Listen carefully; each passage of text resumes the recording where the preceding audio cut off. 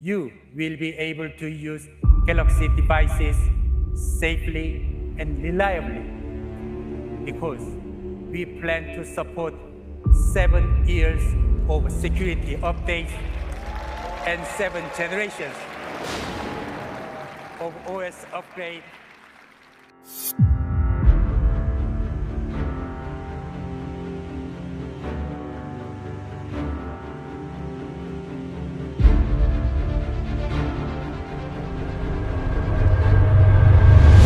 Samsung yes এই গ্রুপগুলোতে আমি last 1 বছরের মতো আছি, কিন্তু গত 2 থেকে 3 মাস ধরে সবচেয়ে বেশি গ্রিন লাইন ইস্যু দেখতেছি। এর কারণটা হয়তো One UI 7 এর আপডেটটা হতে পারে। আমি personally Samsung Galaxy S20 FE ব্যবহার করতেছি গত 1.5 বছর ধরে, অ্যান্ড এইটা থেকে কিন্তু আমি মোটামুটি আমার এই চ্যানেলে 150টার উপরে ভিডিও আপলোড করছি কোনো সমস্যা ছাড়াই। কিন্তু আপনাদের যে সমস্যাগুলো হইতেছে কোনো কারণ ছাড়াই হঠাৎ পকেট থেকে বের করে দেখি pink light galaxy S23 ultra, হুদয় পড়ে গেল গুড নাইট। আপডেটের আগে বাড়ছে 2টা, আপডেট দেওয়ার পর আর একটা পিঙ্ক লাইন। স্বপ্নের ফোনে আজকে আপডেটের সময় শেষ, S23 আলট্রা। স্যামসাং মানে কি গ্রিন লাইন?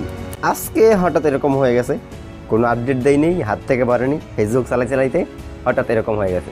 এইরকম শত শত মানুষের লক্ষ লক্ষ টাকার ফোনের সমস্যার কথা আছে এই গ্রুপগুলোতে। প্রতিদিন সকালে ঘুম থেকে উঠা এইরকম একটা নিউজ দেখি, আবার প্রতিদিন রাতে ঘুমাতে যাওয়ার সময়ও এরকম একটা নিউজ দেখি। এইখানে যে কেসগুলো হইতেছে প্রত্যেকটা স্মার্টফোনের দাম নিম্নে 30,000 টাকা থেকে শুরু করে সর্বোচ্চ 1 লাখ টাকা পর্যন্ত। আর এইগুলো কারা ব্যবহার করতেছে?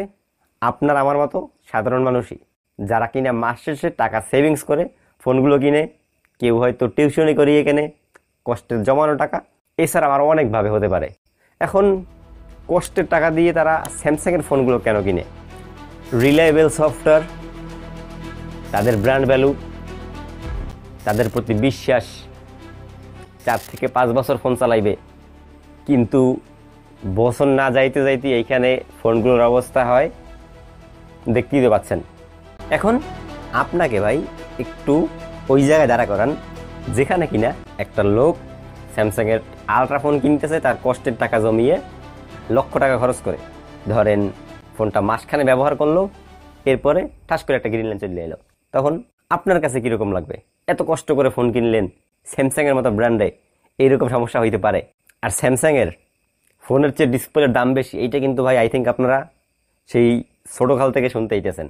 তো আমার এই একটা মাত্র ফোন, যেটা থেকে আমি video editing, video shooting, thumbnail designing, content researching, audio recording, audio editing, channel management, কি করি না ভাই এই ফোনটা থেকে। প্রতিদিন প্রায় 9 থেকে 10 ঘন্টা এই ফোনটা ইউজ করি। তার ভিতরে এডিটিংয়ে সময় লাগে 5 ঘন্টা, থাম্বনেলে লাগে 1 ঘন্টা, অডিও এডিটিংয়ে লাগে আধা ঘন্টা, কন্টেন্ট রিসার্চ করতে লাগে আধা ঘন্টা, তার উপরে এই যে স্ক্রিপ্ট এইটা লিখতে লাগে মনে করেন সারাদিন। আমার হোল এই ইউটিউব চ্যানেলটা ম্যানেজ করে শুধুমাত্র এই একটা ফোন। আর এই ফোনটায় যদি ভিডিও করতে করতে আমার এই হাত থেকে নিচে পড়ে ফাইটে ফুটতে যায় অথবা একটা গ্রিন লাইনে চলে আসে, তাহলে আগামীকাল থেকে আমার চ্যানেল বন্ধ। তো এখন এইটা আমার কাছে গুরুত্বপূর্ণ না। আর আপনার গুরুত্বপূর্ণ টাকা দিয়ে যদি এই ব্র্যান্ডের ফোন কিনে এইরকম সমস্যার সম্মুখীন হন, তাহলে বিচার দিবেন কার কাছে? স্যামসাং কি অফিসিয়াল আছে বাংলাদেশে? আছে একেবারে না থাকার মতো। বর্তমানে তারা এই সিরিজের কিছু ফোন রিলিজ করে অফিসিয়ালি, আর লাস্ট মনে হয় আলট্রা সিরিজের S22 অ্যান্ড S23 আলট্রাটা রিলিজ করছে। তো আর বর্তমানে কিন্তু S22 সিরিজ 3 সিরিজে ধাওয়াই গ্রিন লাইন পড়তেছে। উদাহরণস্বরূপ এই একটা অফিসিয়াল ফোনের আফটার সেল সার্ভিস দেখতে পারেন। তো এইখানে ভাই প্রথমে জানতে পারছে যে 2-3 বছর পরে নাকি এই স্যামসাংয়ের অফিসিয়াল ফোনগুলোতে কোনো ঝামেলা হইলে ফ্রি রিপ্লেস করে দেয়। তো উনি খুশিতে ঠেলায় বাংলাদেশে অফিসিয়াল স্যামসাংয়ের সার্ভিস সেন্টারে যায়, যেখানে কিনা ওনার ফোনের বয়স হয়েছে গিয়ে 3 বছর।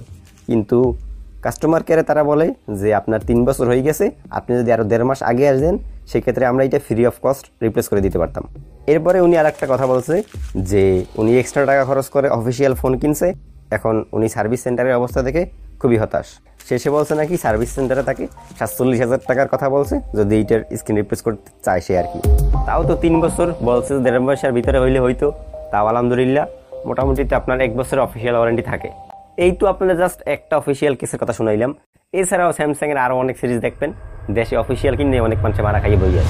তো স্যামসাং এর এই সমস্যা কিন্তু শুধুমাত্র স্মার্টফোনের দিকেই না, বাংলাদেশে আমি কিছুদিন আগে দেখলাম একটা ফ্রিজ কেনে যেটার দাম আসলে 1,50,000 টাকা। এটা গিয়ে কিনছিলে আপনার স্যামসাং এর ডাবল ডেকার ফ্রিজ, ভাবছিলে নামি দামি ব্র্যান্ড, ভালো রকম চালাতে পারবে বছর 4-5, কিন্তু 10 মাস যাইতে না যাইতে সমস্যা হয়।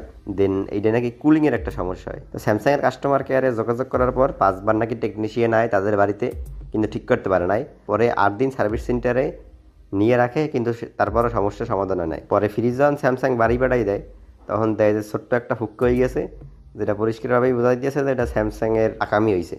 দেন ওই যে নাকি বড় পাইতে সময় লাগে 9 থেকে 10 ঘন্টা। আবার কাস্টমার কেয়ারে যোগাযোগ করার পর কয় যে গ্যাস ভরতে হবে, কিন্তু গ্যাস ওটা নাকি আগেই ভরা আসলে। তো পরে যখন স্যামসাং আবার সার্ভিস সেন্টারে নিয়ে যে বলে আপনার ফ্রিজ ঠিক হয়েছে, তখন বাই যাই দেখে যে একটা সেকেন্ড হ্যান্ড দরজা লাগান না, মানে কোনো রকম তার অনুমতি ছাড়াই একটা সেকেন্ড হ্যান্ড দরজা লাগাই দিয়েছে। তো এখন মোটামুটি 55 দিন হয়েছে, কিন্তু কোনো সমস্যার সমাধান হয় না। দেন উনি ওনার কষ্ট বুঝাইতেছে যে স্যামসাং এর মতো ব্র্যান্ডের কাছ থেকে এটা এক্সপেক্ট করতে পারে নাই, চুপচাপ বসে আছে, কিছু করতে পারতেছে না, লড়তেও পারতেছে না। ভোক্তা অধিদপ্তরে নাকি উনি মামলা করবে এই আর কি। আর এই ফ্রিজ ছাড়া আজ থেকে প্রায় 3-4 বছর আগে I think PC builder Bangladesh Samsung এর অফিসিয়াল ওয়ারেন্টিগুলো নিয়ে কিন্তু একটা ভিডিও বানাইছিল। ওইখানে কিন্তু অনেক বিস্তারিতভাবে বড়সড় করে লেখা আছে, আপনারা চাইলে ওই ভিডিওটা দেখতে পারেন সুবিধার জন্য। আর ভাই যারা আনঅফিসিয়াল ফোন কিনতেছে তারা কি করবে? আপনি যদি আল্লাহ খোদা না মানেন, সেক্ষেত্রে আপনার মানসিক কোনো সমস্যা হলে বিচার দেওয়ার মতো কেউ নেই। যতই ভাই ব্রাদার কন বা অন্য কন, তারা কিন্তু আপনার মনের দুঃখ কষ্ট বুঝবে না, তখন কিন্তু আপনি একা। আর আনঅফিসিয়াল ফোন ধরেন আপনি কিনছেন, 10-15 দিন গেছে, এরপরে আপনি কই থেকে কিনছেন, আকাশের তন না পাতালের তন, কেউ খোঁজখবর রাখবে না। যে জায়গা দিয়ে কিনছেন 1 মাস পরে যান না, তারাই আর আপনারা চেনবে না, তখন আপনি কিন্তু একা। তবে এইখানে 2টা উপায় আছে, 2টা। হ্যাঁ, এই পার্টটা একটু গুরুত্বপূর্ণ ভিডিওর সবচেয়ে। আপনারা চাইলে আপনাদের স্ক্রিনটা ফ্রি রিপ্লেস করতে পারেন, অথবা অল্প কিছু টাকা 15-20 হাজার টাকা S23 আলট্রা 2 আলট্রা ফোনের স্ক্রিন রিপ্লেস করাতে পারেন। তবে তার জন্য যাইতে হবে আপনার ইন্ডিয়াতে। একটু শুনলেন কথাগুলা। ওকে, এইখানে 2টা বিষয় চলে আসে। নাম্বার 1, আপনি বাংলাদেশে একটা আনঅফিসিয়াল স্মার্টফোন কিনছেন স্যামসাংয়ের, ওইটা হচ্ছে কি ধরেন ইন্ডিয়ান ভেরিয়েন্ট। এখন আপনার ফোনে পড়ছে গিয়ে গ্রিন লাইন, আর সেই মডেলটা হইতেছে গিয়া S23 আলট্রা, এবং ওইটার অফিসিয়াল ওয়ারেন্টিও আছে। তো এখন এইখানে আপনার করণীয় কি? বাংলাদেশে তো স্ক্রিন রিপ্লেস করে দিবে না। তো আপনি যদি ফোনটা ইন্ডিয়ার যে কোনো সার্ভিস সেন্টারে, যে কোনো সার্ভিস সেন্টারে নিয়ে যান, সেক্ষেত্রে আপনার তাদেরকে একটা সার্ভিস চার্জ আছে। অফিসিয়াল ওয়ারেন্টি যদি থাকে, সেক্ষেত্রে তো আপনাকে মাস্ট, যদি ওইটা ইন্ডিয়ান ভেরিয়েন্ট হয়, বাংলাদেশ থেকে যেটা কিনছেন ওইটা যদি ইন্ডিয়ান ভেরিয়েন্ট হয়, সেক্ষেত্রে আপনি 1 বছরের ভিতরে যদি কোনো সমস্যা হয়, আর আপনি যদি ওইটা ইন্ডিয়াতে নিয়ে যান, বক্স ক্যাশ মেমো এসবের দরকার নেই, সেক্ষেত্রে আপনাকে ফ্রি অফ কস্ট 100% গ্যারান্টি দিয়ে বলতেছি আপনাদের রিপ্লেস করে দেবে। তবে সেক্ষেত্রে আপনার সমস্যাটা হবে গিয়ে ইন্ডিয়াতে যাওয়া লাগবে, ওই বা ওইখানে আত্মীয় স্বজন আছে, এই একটা সমস্যা। এইটার সাথেই আর একটা পার্ট আছে, সেইটা হইতেছে গিয়ে ধরেন আপনি S23 আলট্রা চালাইতেছেন, ওইটা সেম সমস্যা, কিন্তু 1 বছরের অফিসিয়াল ওয়ারেন্টি নেই, ধরেন 1.5 বছর হয়ে গেছে, তখন হ্যাঁ আপনি তখনও পারবেন। সেক্ষেত্রে আপনার খরচ করতে হবে 19,930 টাকা। দেখেন গ্যালাক্সি S23 আলট্রা এর মেইন স্ক্রিনের দাম হইতেছে গিয়া 19,930 টাকা। যদি কিনে আপনার ওয়ারেন্টি না থাকে, সেক্ষেত্রে আপনি 19,000 টাকা খরচ করে এই ফোনটার ডিসপ্লেটা রিপ্লেস করতে পারবেন। আর কপাল ভালো থাকলে আপনার ভাই এই 1.5 বছর পর আউট অফ ওয়ারেন্টি হয়ে গেলেও যদি ফোনে গ্রিন লাইন থাকে, সেক্ষেত্রে তারা ফ্রিতে রিপ্লেস করে দিতে পারে। তবে 19,000 টাকা কিন্তু আহামরি বেশি না। বাংলাদেশ থেকে এই ফোন কিনতে গেলে আপনার 50-60 টাকা চলে যাবে, তাও কিন্তু অফিসিয়াল বা ওয়ারেন্টি গ্যারান্টি এরকম কিছু দিবে না। এবং আমি এইখানে আপনার বললাম একটা আছে ওয়ারেন্টি, একটা ওয়ারেন্টি নাই, তো 2টার বিষয় আলাদা। তো এইখানে আপনাদের অন্য মডেলের ফোন হইতে পারে, যেমন S22 অথবা 1 অথবা 20 সিরিজ, তো ওগুলোর maximum I think warranty out হয়ে গেছে। সেক্ষেত্রে আপনার প্রত্যেকটারই প্রাইস এইখানে দেওয়া আছে, এইটা আমি কিছুক্ষণ পর আপনাদের জানাচ্ছি। অ্যান্ড 2 নম্বর পার্ট হইতেছে গিয়া, ধরেন আপনি বাংলাদেশে আনঅফিসিয়াল ফোন কিনছেন, সেইটা হইতেছে গিয়া ইন্ডিয়ার buyer variant, like Japan variant, Vietnam variant, US variant, Chinese variant, এইগুলো হইতে পারে। তো এই ভেরিয়েন্টগুলো কি আপনি ইন্ডিয়াতে সার্ভিস সেন্টারে নিয়ে গেলে তারা ঠিক করে দেবে? সরাসরি না।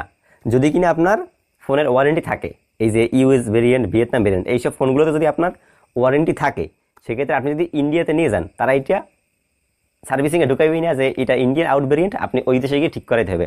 তবে এখানে আপনারা চাইলে তাদেরকে টাকা অ্যাড করে সার্ভিসটা ইন্ডিয়া থেকে করে নিতে পারবেন। ধরেন আপনার ভিয়েতনামের একটা S24 আলট্রা অথবা 3 আলট্রা, ওইটা গ্রিন লাইন পড়ছে কিন্তু ওয়ারেন্টি আছে, ডাজেন্ট ম্যাটার ওয়ারেন্টি থাকুক অথবা না থাকুক।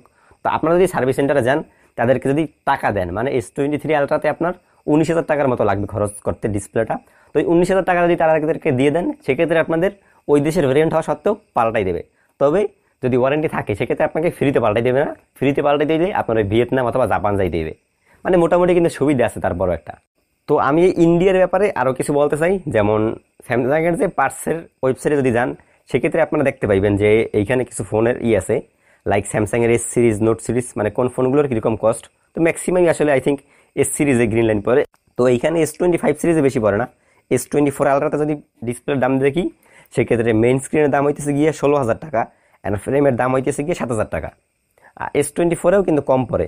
তো আমরা যদি একটু S23 আলট্রাতে যাই, S23 আলট্রাতে মেইন স্ক্রিনের দাম হইতেছে গিয়া 19,930 টাকা, মানে গ্রিন লাইন পড়লে আপনার 19,930 টাকা দিয়ে রিপ্লেস করে নিতে হবে। আর S23 বেস মডেলে ডিসপ্লের দাম হইতেছে গিয়ে 11,000। দেন আমরা যদি S22 আলট্রাতে যাই, S22 আলট্রাতে আছে গিয়ে 19,450 টাকা। বেস ভেরিয়েন্ট S22তে আছে গিয়ে 14,000 টাকা। S21 ডিসপ্লেও তাদের ওয়েবসাইটে দেখায় S21 ডিসপ্লের দাম হইতেছে গিয়ে 13,000 টাকা। দেন S21 আলট্রাতে হইতেছে গিয়ে 21,000 টাকা। আর লাস্টলি আপনার S20 এইটা হইতেছে গিয়ে 17,000 টাকা। মানে এইখানে সবগুলোর ডিসপ্লের দামই দেওয়া আছে, আপনাদের ওয়েবসাইটে লিঙ্ক দিয়ে দিচ্ছি, ওইখান থেকে চেক করে নিন। তো আশা করি এইখানে আপনাদের এই বিষয়টা বুঝাইতে পারছি যে আপনাদের ফোনে যদি গ্রিন লাইন পড়ে সেক্ষেত্রে আপনাদের করণীয় কি।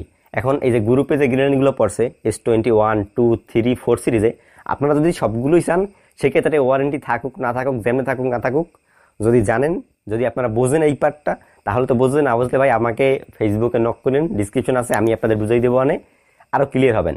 নাও মোস্ট ইম্পর্টেন্ট থিং, যে বাংলাদেশি ভাই এত বেশি পরিমাণে গ্রিন লাইন কিনলে গিয়ে পড়তেছে। আপনি যদি ইন্টারন্যাশনালি দেখেন অথবা এশিয়ার ভিতরে আপনার শ্রীলঙ্কা, নেপাল, ইন্ডিয়াতে দেখেন, ওই দেশে কিন্তু তুলনামূলক কম পড়ে গ্রিন লাইন।